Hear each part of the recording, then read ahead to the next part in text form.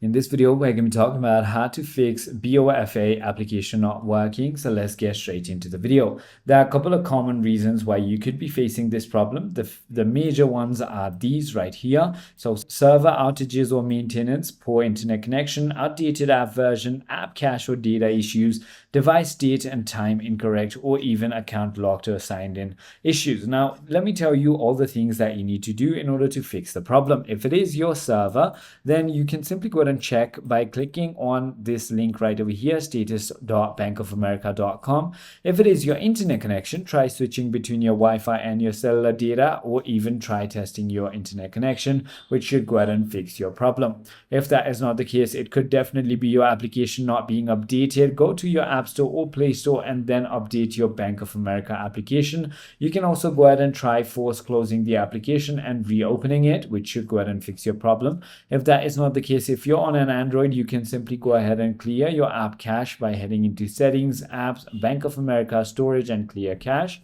Now, if that is not the case, then you can either check date and time in your settings, verify your account status if it is not locked or restricted, uninstall and reinstall the app, or directly contact the customer support for further assistance.